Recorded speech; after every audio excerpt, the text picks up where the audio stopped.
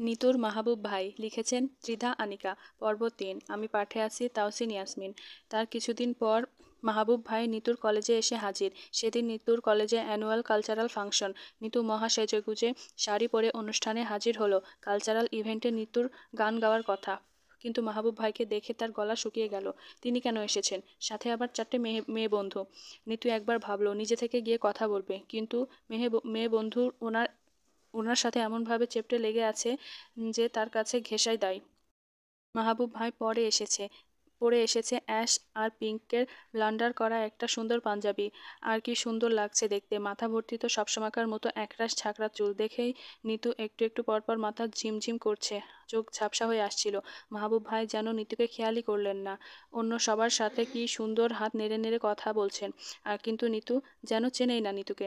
একরাশ মন খারাপ নিয়ে নিতু গান গাইলো, বড় কষ্টের পাওয়া, প্রাণের চাওয়া। এ শুনে কার গান? নিতুর গানের সময় মাহবুব ভাই চা খেতে বাইরে গেলেন। নিতুর ইচ্ছে করলো এই পৃথিবীর সব চাওয়ালার তক্ষুনি বোম ব্লাস্ট করে মেরে ফেলে। ফাংশনের এক ফাঁকে নিতু মাহবুব ভাইয়ের চেয়ারের পিছনে গিয়ে দাঁড়ালো। তোতলানো কণ্ঠে জিজ্ঞেস করলো, আপনি ভালো আছেন মাহবুব ভাই? মাহবুব ভাই আকাশ ফাটিয়ে ঝাড়ি দিল, ভালো ছিলাম। এই এখন তুই আমাকে জিজ্ঞেস করলি, এজন্য খারাপ আছি, খুব খারাপ আছি। এত বড় বেয়াদব, আমাকে কিনা জিজ্ঞেস করে আমি কেমন আছি? এক্ষুনি আমি তোর খোপা খুলে সব ফুল মাটিতে পিষে দেব। আমি তো এমনি জিজ্ঞেস করলাম, মুখে মুখে তর্ক, এমনি জিজ্ঞেস করলাম। মাহবুব ভাই উঠে দাঁড়ালেন, নিতুর হাত ধরে সবার সামনে টেনে নিয়ে এলেন সায়েন্স বিল্ডিংয়ে। এর নিরিবিলি এক ক্লাসরুমে সেই ঝাঁকি দিয়ে দাঁড় করালেন। নিতু কান্না কান্না গলায় বলল, আর কোনোদিন আমি আপনাকে ভালো আছেন জিজ্ঞেস করব না, কোনোদিন না। আজ যে জিজ্ঞেস করেছিস সেই শাস্তি আগে হোক। মাহবুব ভাই এক টানে নিতুর খোপার ফুলগুলো ছিঁড়লেন। খোপাটা খুলতে গিয়ে এলো পাথারি ক্লিপ টানতে লাগলেন। ব্যথা পাচ্ছি আল্লাহ, তুই ইচ্ছে করেই খোপাটা করেছিস তাই না? সারা বছর তো চুল খোলা, আর আজ খোপা করে কেন? পিঠ খালি করে ব্রা দেখাবি বলে? সাদা ফিনফিনে ব্লাউজের সাথে সাদা ব্রা পরেছিস, 10 মাইল দূর থেকে সিগন্যাল দেখা যাচ্ছে। সাদা ব্লাউজের নিচে পরতে হয় কালো বা হলুদ ব্রা। তুই দেখাবি বলেই সাদা পরেছিস তাই না? মাহবুব ভাই নিতুকে আকাশ সমান চমকে দিয়ে পিঠের দিকে ব্লাউজের ভিতরে হাত ঢুকিয়ে টেনে ব্রাটা ছিঁড়ে দিলেন। নিতু এবার শব্দ করে কেঁদে ফেললে। আমি ইচ্ছে করে করিনি। ইচ্ছে করে করিসনি ফাজিল। তুই গান গাইবার সময় তোর ছেলে বন্ধুগুলো হাঁ করে তোর পিঠ আর পিঠের তিল গিলছিল। নিতু মেঝেতে বসে পড়লো। আমি বাড়ি যাব। বাড়ি কি আমি তোকে কাঁধে করে নিয়ে যাব? যেভাবে পারিস সেভাবে যা। আমি একা কিছুতেই যেতে পারবো না। মাহবুব ভাই নিতুকে তুলে ধরে বেঞ্চে বসালেন। নিজের পকেট থেকে চিরুনি বের করে চুলটা ঠিক করে আঁচড়ে দিলেন। ছেঁড়া ব্রার হুকটাও আটকে দিলেন। আঁচলটা টেনে দিলেন। এখন বাড়ি যেতে হবে না, গানের প্রাইজ নিয়ে যাবি। আমি প্রাইজ পাবো না। যেভাবে ব্রা দেখিয়েছিস নির্ঘাত ফার্স্ট হবি। নিতু বেঞ্চিতে ঠায় বসে রইল। আয়। আমি যাব না। যাব না মানে? তুই কি চাস তোকে সবার সামনে দিয়ে কাঁধে করে নিয়ে যায়? নিতু জবাব দিল, না। এবং চোখের পলকে মাহবুব ভাই নিতুকে উপর করে কাঁধে নিয়ে রওনা হলেন। নিতু দুবার চেঁচালো, নামান বলছি, নামান আমাকে। পরক্ষণেই মাহবুব ভাইয়ের কাঁধে কামড় বসিয়ে দিল। মাহবুব ভাই সাথে সাথে নিতুকে নামিয়ে দিলেন। কামড় দিয়ে তো পাঞ্জাবি ছিঁড়ে নিয়েছিস বোধহয়। তোর 1400, আমার 1400 টাকার পাঞ্জাবি। মাহবুব ভাই সেখানে করিয়ে চলে গেলেন। সেদিনকার ফাংশনে তাকে আর দেখা গেল না। গানের জন্য নিতু ফার্স্ট প্রাইজ পেল ঠিকই। মাহবুব ভাই তিনি কেন এমন হুট করে চলে গেলেন? নিতু কি বেশি জোরে কামড় বসিয়েছে? কামড় কি বেশি দেবে গেছে? সেই সারা রাত দুশ্চিন্তায় নিতুর ঘুম হলো না। একবার ভাবলো মাহবুব ভাইকে ফোন করে খবর নেবে, পরক্ষণেই মনে হলো ফোন করলে যদি উল্টো খেপে যায়, সারা বাড়ি জানিয়ে দেয়। এক আকাশ দুশ্চিন্তা আর এক রাজ্য মন খারাপ নিয়ে নিতু গানের প্রাইজ পাওয়ার ক্রেজটা ভেঙে টুকরো টুকরো করে ফেললো। নিতু চা নিয়ে গিয়ে দেখলো গান শুরু হয়ে গেছে। কারিনার চোখ বন্ধ করে লেহেঙ্গা পরে সেই শ্বাস ওঠানামার সিনটা করছে। প্রেম মেরে सांसों में है, প্রেম মেরে আঁখোं में है। মাহবুব ভাই হাঁ করে সেই কারিনার নিঃশ্বাসের সাথে নিজের বুক পিঠ ওঠানামা করছে।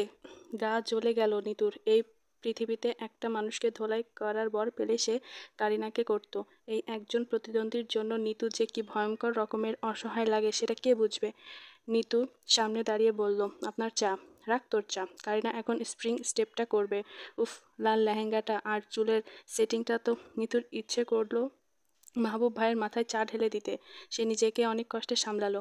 কোনায় বসে মাহবুব ভাইয়ের জন্য আনা গরম চাটা নিতু এক চুমুক খেয়ে নিল। বিয়ের দিনে সে এরকম একটা লেহেঙ্গা পরবেই। না, নিতুর নাভি আছে, ফর্সা মতো পেট আছে, এরকম বাম হাতে সেও লেহেঙ্গা টেনে হাঁটু অবধি তুলে বাঁকা হয়ে দাঁড়াতে পারে। গানটা শেষে মাহবুব ভাই চেঁচালেন, কই গেলি নিতু, চা দে। চা খেয়ে ফেলেছি। খেয়ে ফেলেছিস মানে? লিকুইড দেখলেই খেলবি? লিকুইড দেখলেই খেয়ে ফেলবি? একটু সামলে থাকবি না? যা, চা নিয়ে আয়। নিতু বিমর্ষ গলায় বলল, আমি চা বানাতে পারবো না, আমি ছবি দেখব। তুই ছবি দেখবি মানে? কে ফেভারিট তোর, ঋত্বিক? ইস, নিজেকে তো উনি ঋত্বিকই ভাবেন।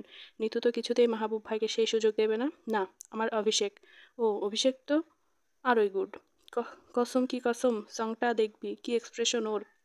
বলিউড ক্লাসিক্স এর একটা। আসলে হয় কি, কারিনার মতো নায়িকার সামনে থাকলে যে কেউ এক্সপ্রেশন দিতে বাধ্য হবে। হায়! নিতু তক্ষুনি কাপটা ছুঁড়ে ভেঙে ফেলল। মাহবুব ভাই যেন এটা দেখলেনই না। তার কথা তুবড়ি ছুটছে। সিনটা ভালো করে দেখবি। অভিষেক যখন গাইতে গাইতে উঠে কারিনার পাশে বসে মাথা নিচু করে। আর কি লজ্জা, কি ফিলিংস! ইয়ে মিলেন হ্যাঁ সনম কা সনম সে। ইস, কি লাইন! হাজার সিনেমায় এরকম সিন একটা হয়, বুঝলি? নিতু চোখ বন্ধ করে বলল, আপনি কি চা খাবেন? হুঁ। আমি বানিয়ে দিতে পারবো না। কাপ ভাঙা দেখেই বুঝেছি তুই যে চা বানাতে পারিস না। সেই রাতে 110 ডিগ্রি রাগ নিয়ে নিতু সিনেমা দেখতে বসলো। অভিষেক বচ্চনকে তার ভালো লাগলো। এই অভিষেককেই কোনো কারিনার দরকার নেই। তবে হলুদের ফাংশনে নিতুরও একটা চমক আছে।